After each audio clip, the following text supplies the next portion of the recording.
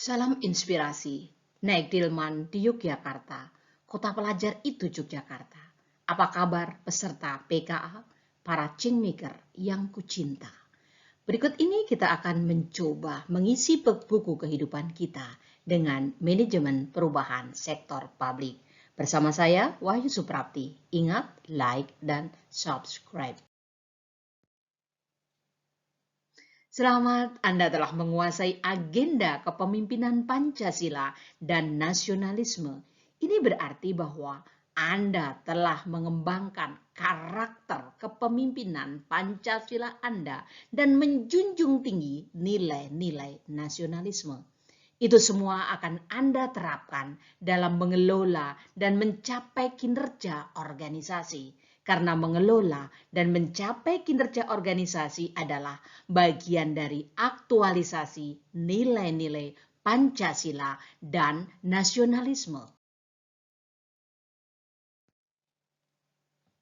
Kini saatnya Anda akan mencoba untuk menguasai kompetensi leadership skill, yaitu kemampuan memimpin, menggerakkan, memberdayakan, dan mempengaruhi para pihak, baik dalam organisasi maupun di luar organisasi, untuk mencapai kinerja yang tinggi dalam mata pelatihan manajemen perubahan sektor publik, kepemimpinan transformasional, jejaring kerja, dan komunikasi yang efektif. Yuk saatnya kita mengisi buku kehidupan kita dengan manajemen perubahan sektor publik. Ke arah mana materi ini akan dibahas, dituangkan dalam hasil belajar, yakni mampu memahami konsep manajemen perubahan sektor publik, kepemimpinan dalam manajemen perubahan, strategi perubahan, tahapan perubahan dalam manajemen sektor publik, menganalisis permasalahan perubahan sektor publik di unit organisasi dari perspektif manajemen perubahan. Ada indikator dalam materi manajemen perubahan sektor publik. Yang pertama adalah menjelaskan konsep manajemen perubahan, tuntutan dan tantangan perubahan organisasi. Yang kedua adalah mengelola perubahan di unit organisasi. Dan yang ketiga, mempraktekkan analisis permasalahan perubahan di unit organisasi dari perspektif manajemen perubahan. Pada video kali ini, kita akan membahas materi pokok yang pertama, yaitu konsep manajemen perubahan.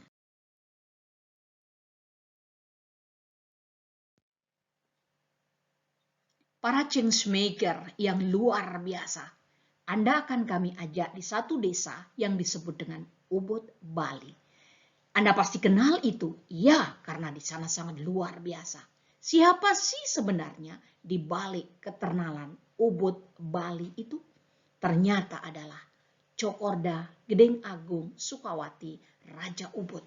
Sehingga Ubud sangat dikenal di dunia.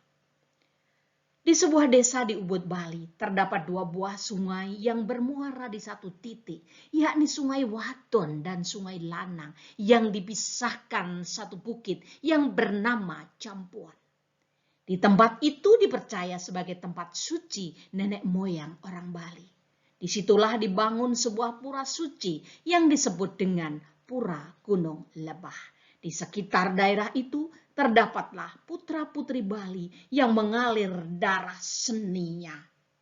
Raja Cokorda Gede Agung Sukawati saat itu tidak puas dengan kondisi yang ada. Beliau ingin membuat perubahan-perubahan.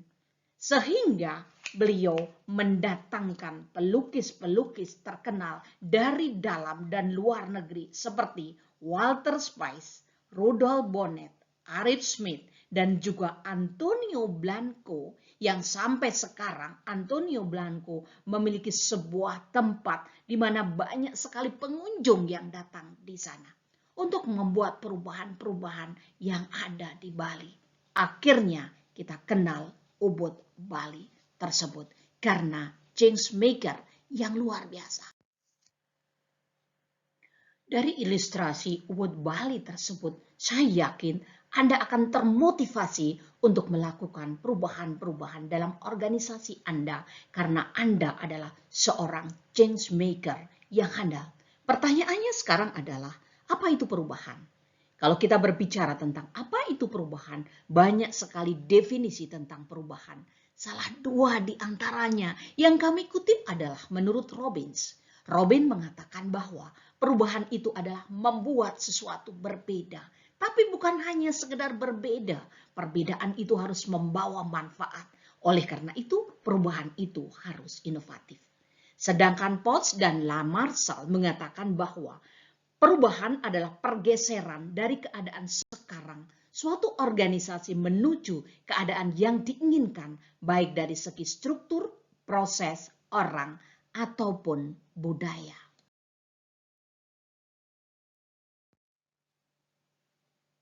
Apakah perubahan itu hanya terjadi di sektor swasta atau perubahan juga terjadi di sektor publik? Kita sepakat bukan bahwa perubahan juga terjadi di sektor publik. Mengapa terjadi perubahan di sektor publik? Yang pertama, kebijakan pimpinan atas ini akan berdampak terhadap perubahan-perubahan dalam organisasi. Demikian juga peraturan-peraturan yang selalu berkembang mengikuti situasi dan kondisi yang ada. Ini juga akan membuat sesuatu perubahan. Kemudian terjadi tuntutan stakeholder kita, di mana stakeholder kita bisa berasal dari dunia usaha dan masyarakat yang kita layani. Seperti contoh Ubud Bali tadi, karena tuntutan masyarakat yang dilayani, tuntutan organisasi, juga tuntutan dari stakeholder yang ada, maka ada perubahan-perubahan. Tidak kalah penting adalah hadirnya revolusi industri yang sekarang sudah masuk kepada era revolusi industri 4.0, bahkan sudah mulai kepada 5.0. Ini maka akan berdampak terhadap perubahan-perubahan di sektor publik. Juga perubahan dalam hal metode, prosedur, dan juga cara kerja baru. Tidak kalah penting, dengan hadirnya era revolusi industri 4.0 maupun 5.0 akan terjadi perkembangan teknologi. Ini artinya akan terjadi perubahan. When you not change, you will be die. Lalu, apa itu sebenarnya manajemen perubahan? Banyak definisi tentang manajemen perubahan kalau Anda melihat di mbah Google. Tapi salah satu di antaranya adalah saya kutip dari John Kotter. John Kotter mengatakan bahwa manajemen perubahan adalah suatu pendekatan untuk mengubah individu. Bukan hanya individu, tapi juga tim dan organisasi kepada kondisi masa depan yang kita inginkan. Jadi bagaimana kita melakukan, mengelola perubahan-perubahan yang terjadi dalam organisasi kita dengan mengubah individu, tim, dan organisasi kepada kondisi yang diinginkan. Sebagai seorang change maker, maka jenis perubahan apa saja sih yang akan Anda hadapi? Yang pertama adalah yang disebut dengan perubahan rutin, di mana perubahan rutin itu cakupannya kecil yang sudah direncanakan dan dilakukan secara berkala. Jadi kalau Anda sebagai seorang change maker hanya melakukan perubahan-perubahan kecil dan sudah dilakukan secara berkala, itu artinya Anda hanya melakukan perubahan yang rutin. Yang kedua adalah perubahan peningkatan, di mana perubahan ini dikaitkan dengan peningkatan nilai tertentu untuk organisasi sektor publik. Misalnya nilai kinerja lembaga yang akan Anda tingkatkan. Ini berarti Anda sudah melakukan perubahan.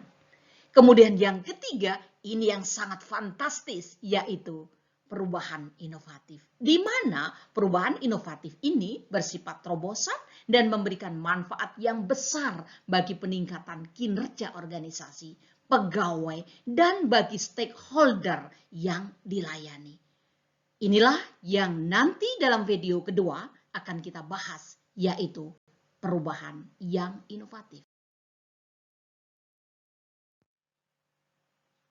Sahabat inspirasi yang sukses dan seluruh peserta pelatihan kepemimpinan administrator yang dicintai Allah.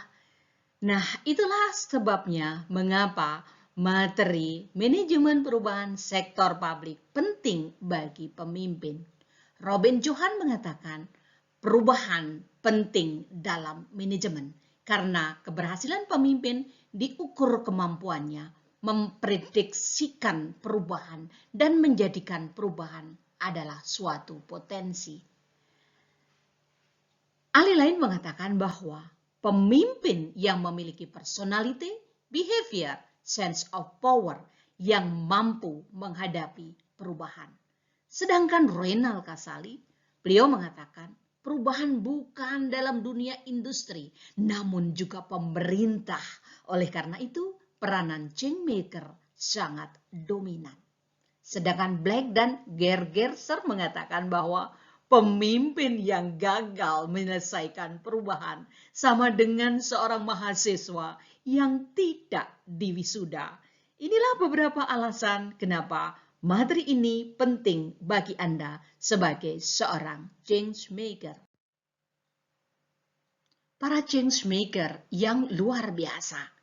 Perubahan memerlukan berpikir berbeda, bertindak berbeda, dan membuat perbedaan yang inovatif.